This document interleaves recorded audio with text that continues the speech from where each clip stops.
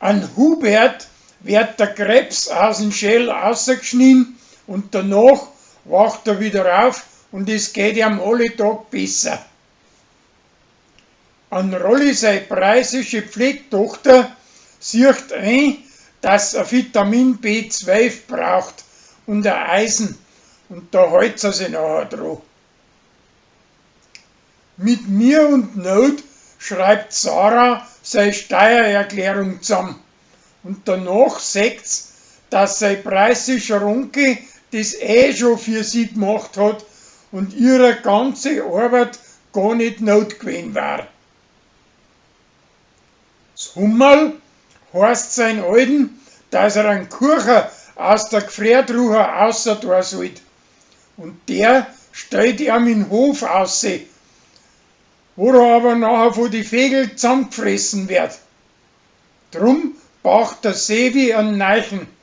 Und danach stellt sie außer, dass der eigentlich für die Gemeinschreiberin ist.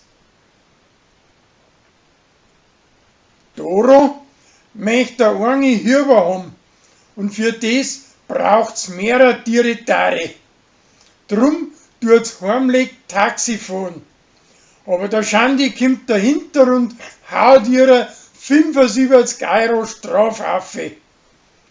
Wegen den tut's künftig Leute bloß mehr umsonst kutschieren. Tina zwingt sie in eine Lederhosen rein, wo ihrer als ein Junger passt hat. Die ist ihrer viel zu eng und drum traut sie den ganzen Tag nichts trinken und nichts essen, bis nachher schließlich zusammenklappt. Nachher zieht sie es wieder raus und sieht ein, dass das nichts taugt. Am Vogelhof möchten die Leute mit dem Pfarrer ein Gespiel aus den seiner Heimat spielen. Aber keiner kann das Gespiel gescheit, bis nachher schließlich der Sascha auftaucht und bringt er das bei, damit sie nicht statt den wieder Schafkopfen müssen.